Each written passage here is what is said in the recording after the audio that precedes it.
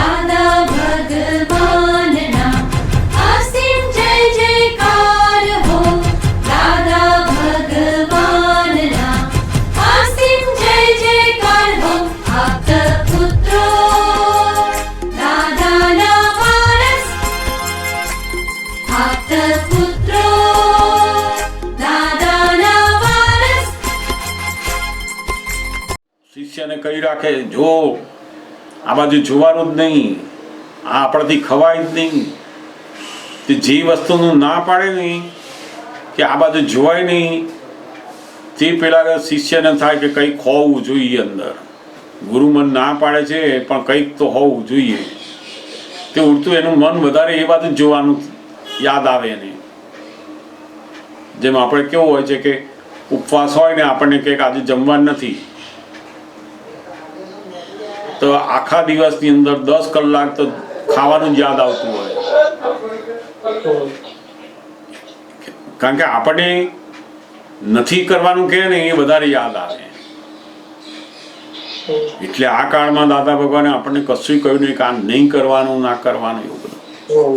એમણે એવું સરસ અંદર શુદ્ધ ચિત્ત બનાવીને આપણને અંદર એટલું બધું સુખ મૂકી આપ્યું ને કે એની મેળે જ આ બધી વૃત્તિઓ પાછી આવતી થઈ ગઈ છે. સમજો ને, આ બહુ મોટું ઘટના અંદર ઘટી જાય છે. આ બધી આપણને કદાચ ખબર પડે. એની બાજુમાં લીટી છે હજી એક બીજી, મને યાદ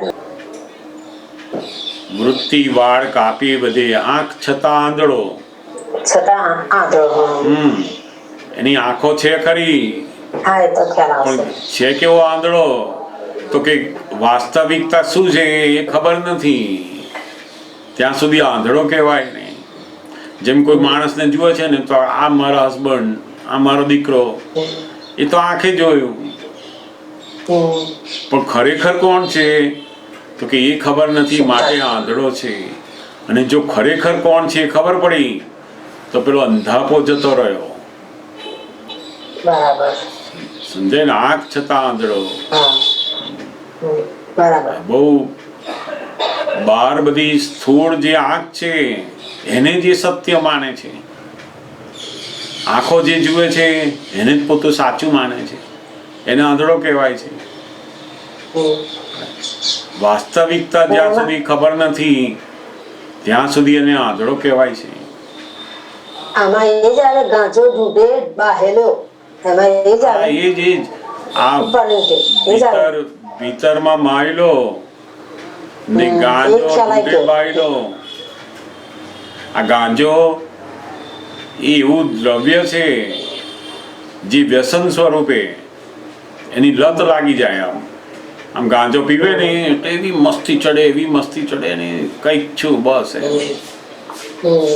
તે ખરેખર ભીતરની અંદર અનંત સુખનો પોતે કંદ હોવા છતાં એ બહારનો પેલો ગાંજો ઢૂંઢે છે. બહાર બધી ઇન્દ્રિયોના સુખો, આ ક્રોધમાન માયા લોભના સુખોની અંદર જ એ શોધ કર્યા કરે છે. એની વૃત્તિ ક્યાં બહાર જ બધું શોધે છે. આ ગાંજામાં સુખ છે, આ પીએ છે ને મજા આવે છે, આ કપડાં પહેરું છું મજા આવે છે, આ માણસો જોડે જઉં છું મજા આવે છે, આ જગ્યા ઉપર મજા આવે, આ બેડ ઉપર મજા આવે છે. બધું બહારથી એને એમ લાગે છે કે આ મજા આવે છે આમાં. એ બધું પેલું ગાંજા જેવું છે કે એને એની લત લાગી જાય છે. ખરેખર જે સુખનું ખરેખર મૂળ સાધન છે પોતાની અંદર માયલો જે છે ને એમાંથી જ સુખ આવે છે. આ દુનિયામાં કોઈ દુનિયાની એવી વસ્તુ જ નથી કે તમને સુખ ઉત્પન્ન કરી શકે. જેમ ખાવાની વસ્તુ હોય, પહેરવાની વસ્તુ, સોનું હોય, જો સોનાથી આપણને સુખ ઉત્પન્ન થતું હોય તો આપણને 2 કિલોના દાગીના પહેરાવે ને કે રાત દાડો પહેરી રાખો તો શું થાય? બોજો લાગે, ચિંતા થાય.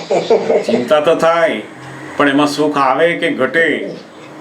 ના, ચિંતા થાય ને વધારે. એટલે ચિંતા થાય ને સુખ આમ પહેરીએ તો સુખ લાગે કે સુખ ઓછું થાય? ના લાગે સુખ. જે વસ્તુની અંદર આપણે એવું માનીએ છીએ કે આમાં સુખ છે, એ જ વસ્તુ જો વધારે પ્રાપ્ત થાય આપણને તો સુખ વધવું જોઈએ. જેમ આઈસ્ક્રીમ ખાવામાં સુખ છે, તો આપણે એક આઈસ્ક્રીમ ખાઈએ ને ત્યાં સુધી સુખ લાગે, પછી કે બીજો આલો, એમને ત્રીજો આલો, ચોથો આલો, તો 4 ખાય તો સુખ વધવું જોઈએ ને. તો આપણે 4 ખાઈએ ત્યારે શું થાય છે? ના ભાઈ રવા દો, હવે બસ, હવે આપણાથી ના ખવાય. નથી ખાવા. સુખ વધે નહીં. કેમ? તો કે એની અંદર સુખ છે જ નહીં. આ દુનિયાની માનેલું સુખ છે. કોઈ પણ પદાર્થ, કોઈ પણ વસ્તુ, કોઈ પણ વ્યક્તિ, એની અંદર સુખની વસ્તુ છે જ નહીં. સુખનો ગુણ જ નથી.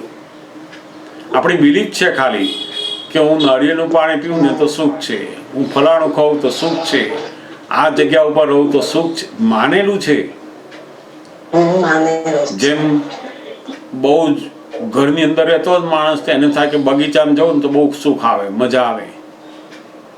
પેલો બગીચામાં આખો દિવસ માળી રહેતો હોય ને એને થાય કે ઘેર જવું ને હોઈ જવું ને તો જરા શાંતિ લાગે. જો ત્યાં સુખ હોત તો પેલો માળી છોડે જ નહીં. અને ઘરમાં જો સુખ હોત તો પેલા બહાર જવાની ઈચ્છા ના થાત. સમજાય ને? આ સુખ નામનો ગુણ ફક્ત મહિલાની અંદર છે એવું અહીંયા કવિરાજ કે છે. અને એ નહીં ખબર હોવાથી લોકો જાત જાતની વસ્તુઓની અંદર સુખ શોધ્યા કરે છે. તમે કોઈ પણ વસ્તુ ને જ્યારે વાપરો છો ત્યારે તમારું જે ચિત્ત છે, ચિત્ત ત્યાં રોકાય છે. અને ચિત્ત રોકાવાથી તમારું જે સુખ છે એનો અનુભવ થાય છે. જેમ આપણે મૂવી જોતા હોઈએ તો એ વખતે આપણે તો કશું કરતા નથી, તો આપણને ક્યાંથી સુખ આવે છે? તો કે આપણું ચિત્ત બરાબર એકાગ્ર થાય છે એક જ જગ્યાએ. અને એક જ જગ્યાએ રોકાવાથી સુખ નામનો ગુણ ઉત્પન્ન થાય છે. કોઈ પણ વસ્તુની અંદર આપણું ચિત્ત એકાગ્ર થાય, રોકાય ત્યાં આગળ, એટલે અંદરથી સુખ ઉત્પન્ન થાય છે. સુખ અંદરથી આવે છે. પણ પેલી બિલીફ શું લાગે છે ને, રોંગ બિલીફ, હો આજે બહુ મજા આવી આમાંથી. જેમ કપડાં હોય સરસ, લગ્નની અંદર પહેર્યા હોય, બધી સાડીઓ ડ્રેસીસ ને બધું પહેરીને જાય. હવે એને કે 2 દાડા સુધી આનું આ પહેર્યા જ કર, બહુ સુખ લાગશે તને. કે ના ભાઈ, આ 2 કલાક પહેર્યા ને પછી કાઢી નાખી તો જ મજા આવે. કેમ? તો કે વાસ્તવમાં સુખ નથી, એ પેલું આરોપણ કરેલું સુખ છે. એટલે આ કવિરાજે બહુ સુંદર અહીંયા મૂક્યું કે ફક્ત સુખ નામનો ગુણ પોતાની અંદર જ છે, દુનિયામાં કોઈ જગ્યાએ છે નહીં. અને એનો અનુભવ ક્યારે થાય? તો કે આપણને આ ચિત્ત શુદ્ધ થાય, એકવાર પોતાના સુખનું કોઈ ભાન કરાવે આપણને, પછી પેલી વૃત્તિઓ બધી પાછી આવતી જાય. એટલે કવિરાજે આમાં લખ્યું કે જેમ વાળ વધે ને પેલો કાપ્યા કરે, પણ એ તો વધવાના જ છે. એવી વૃત્તિને ગમે તેટલી તમે રોક કરો, પણ એ જવાની જ છે. એ ક્યારે બંધ થશે? તો કે જ્યારે પોતાના અંદર એને સુખ આવતું થશે, પછી વૃત્તિઓ એની મેળે જ બંધ થઈ જશે. સમજાય ને? બહુ સરસ આ કવિરાજ અંદર લખેલું છે એમાં. સમજાય થાય છે કે સાચું સુખ અંદર છે, પણ એ જે વૃત્તિ જાય છે એ પરિણામ છે અશોકભાઈ પહેલાનું? હા, શું છે? હવે જે વૃત્તિઓ જઈ રહી છે એ આપણી જે બિલીફ હજુ બાકી રહી છે, એ બિલીફના આધારે હજુ પાછી જાય છે ખરી, પણ પાછી આવતી થઈ. હવે પહેલા તો કેવું, જતી પછી પાછી આવે જ નહીં ઘરે. હવે પાછી આવતી થઈ. એટલે દાદા કહે ને, તમારી જે ચિત્તવૃત્તિઓ છે કેવી છે? પહેલા કેવી હતી? તો કે અનંત ચિત્ત હતું, અનંત વસ્તુઓમાં ભટક્યા જ કરે, પાછું આવે જ નહીં. હવે તમારું કેવું થયું તો કે અનેક ચિત્ત થયું, અનેક ચિત્ત ડિસાઇડેડ થઈ ગયું કે આ 20, 25, 50, 100 વસ્તુમાં જાય છે, બાકી પાછી આવે છે. એટલે હવે તમારું જે ચિત્ત છે એ અનેક ચિત્તમાં આવ્યું, એટલે વૃત્તિઓ બધી એની મેળે જ પાછી આવે ને. હજુ જેમ જેમ તમે સત્સંગમાં રહેતા જાઓ આ જ્ઞાનનું બધું થતું જાય ને, અસીમ જય જયકાર જ્ઞાન બધું એની મેળે વૃત્તિઓ જશે જ નહીં બહાર. કારણ કે વૃત્તિને તો સુખ જોઈએ છે, એને કંઈ બહાર જવું કે અંદર જવું એવું કશું નથી. એને તો જ્યાં સુખ હોય ને ત્યાં બેસી જાય. જેમ પેલો પ્રસાદ વેચાય કેવું બધા ભેગા થઈ જાય ને, બોલાવા ના પડે. એવું સુખનો પ્રસાદ અંદર શરૂ થાય ને એની મેળે જ વૃત્તિ આવીને બેસી જશે ત્યાં. સમજાય ને? સમજાઈ ગયો. ધીમે ધીમે આપણે આ આજ્ઞા ધર્મ અસીમ જય જયકાર આ બધું કરતા જ જઈશું ને, એમ એવો આનંદ એવી વસ્તુ અંદર શરૂ થાય છે ને કે એના કારણે બધી વૃત્તિઓ જેટલી બહાર છે ને એ બધી એની મેળે પાછી અને સ્થિર થશે પાછી અંદર. હવે ધીમે ધીમે વૃત્તિઓ સ્થિર થાય એટલે દાદા કહે તમારે એવા સંજોગો પસંદ કરવા કે જે આપણી વૃત્તિઓની અંદર સ્થિરતા કરાવે. મહાત્માઓએ હવે શું કરવાનું તો કે જે સંજોગો જે બધી અવસ્થાઓ એવી હોય કે જે આપણી વૃત્તિઓને ઉશ્કેરે એવી હોય ત્યાં હવે બહુ પડવાનું નહીં, પાછું ફરવાનું નહીં. આ મારા કામનું નથી. હવે એ તો જેને બિલકુલ અંદર સુખ નહોતું એને બરાબર, એના માટે બરાબર છે. આ તો પોતાનું ભાર વગરનું સુખ આપણને અંદર આવ્યું છે. હવે શા માટે ભીખ માંગવાની બહાર કહીએ? રાજા બનાયા, રાજપાટ, બધા સુખ સાધનો બધું બેહાડ્યા. હવે પોતાના રાજ વૈભવ ભોગવવો કે બહાર પાછું એનું એ માંગવા જવું? તો હવે મહાત્માઓએ એ ધ્યાન રાખવાનું હોય કે ભાઈ મને જે કંઈ સંજોગો બહાર મળે એવા રાખવાના કે જેથી કરીને મારી જે વૃત્તિઓ છે એ બધી બહેકે નહીં, બહેકી ના જાય. બધું એવા સંગ, એવા બધા માણસો, એ બધી વાતોમાં જેનું ચિત્ત બહેકી જાય, બધી નકામી બાબતોમાં વારંવાર જાય એવું થઈ જાય. એવા સમાચાર જુએ, એવી વસ્તુ વાંચે, બધું જુએ. આજે તો બધું આ મોબાઈલમાં ને બધું આવતું જો બહેકી જાય બધું. એની વૃત્તિઓને બહેકાવવા માટેના બહુ જ સાધનો છે આ કાળમાં. માણસની વૃત્તિને બહેકાવવા માટે એને ઘરની બહાર જવું નથી પડતું, ઘરમાં જ બધું અત્યારે પ્રાપ્ત થઈ જાય છે. તો કે આ બધા જે ડિજિટલ સાધનો છે ને એનાથી શું થયું તો કે પોતાની જે વૃત્તિઓ છે બધી બહેકતી જાય. આ જોયું, થોડીક વાર જોવું ને આમ 5 મિનિટ થાય ને એના બદલે 15 મિનિટ થઈ જાય તો એને ખબર પડે નહીં. બધી વૃત્તિઓ બહેકી જાય છે પછી.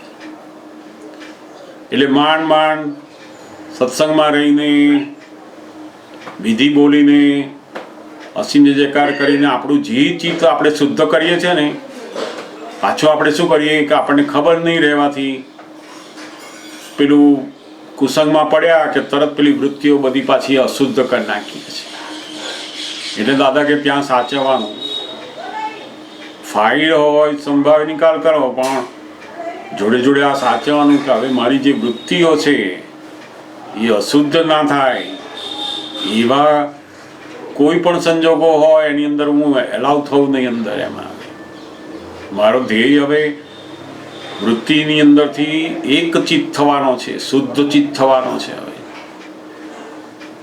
અને એવું અંદર પાર વગરનું સુખ છે એ જેમ જેમ અનુભવ થશે ને પછી એમ થશે કે આ તો બધું કંટાળાદાયક છે, આમાં કશું જ છે નહીં. આ તો આપણી સમજણ, આપણી બિલીફ બધી ખીલતી નથી ને એટલે બધું થાય કે આમાં જોઈ આવીએ ને આ કરી આવીએ ને આ મજા આવી આમાં. પછી ધીમે ધીમે બધું ખલાસ થઈ જશે. પણ મહાત્માઓ નક્કી કરવું પડે કે આ મારી વૃત્તિઓ જે છે એને બિલકુલ અશુદ્ધ ના થાય, બહેકે નહીં. અને એવા જો બહારના કોઈ સંજોગો હોય તો એમાંથી હું બહાર નીકળી જાઉં એમ. એ સંજોગોમાં મારે પડવું જ નથી એમાં. એટલે કહેવાય છે ને કે જે માણસ ને નવરાશ એટલી બધી છે, અને બીજું જેને પોતાનું જીવન જોતા આવડતું નથી અને નવરાશ છે, પોતાના જીવનને જોતા નહીં આવડે એટલે બધો ટાઈમ નવરાશ છે, તે બેઠા બેઠા ટીવીની અંદર કે મોબાઈલની અંદર બીજાના જીવનને જો કર્યા કરે. કારણ કે એને એના જીવનને જોતા આવડતું નથી બહુ. એના જોવામાં પડે ને તો નવરાશ જ ના મળે. કહો એમાં કેટલો બધો આનંદ છે એમાં.